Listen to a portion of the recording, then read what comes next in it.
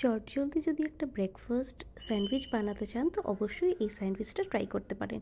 একদম ইজি পদ্ধতিতে বানানোর ভীষণ ভালো টেস্ট। আমার তো খুব প্রিয় আর আমার বাচ্চারও খুব প্রিয়। তো চলুন দেখে নিচ্ছি আমরা কীভাবে বানাচ্ছি। এর জন্য আমি নিচ্ছি ব্রেড, সেটাকে আমি এয়ার ফ্রায়ারে টোস্ট করে নিচ্ছি 5 মিনিটের মতো।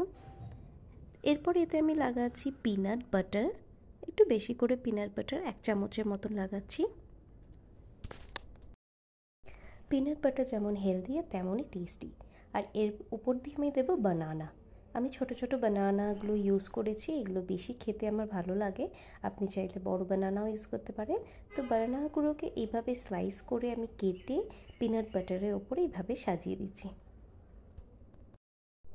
বানানা ছাড়াও অন্য সিজনাল ফ্রুট ইউজ করা যায় এক্ষেত্রে, আর সেটাও কিন্তু খুব ভালো লাগে, কিন্তু আমার ফেভারিট হচ্ছে পিনাট বাটারের ওপর বানানা দেওয়া। তো ওটা বেশি টেস্টি লাগে আমার। তো রেডি হয়ে গেছে আমার স্যান্ডউইচ। তো এটাকে আমি মাঝখান থেকে কেটে দেবো যাতে আরও ইজি হয় স্যান্ডউইচটা খেতে। তো এইভাবেই বানিয়ে ফেলবেন চটজলদি করে এই বানানা পিনাট বাটার স্যান্ডউইচ।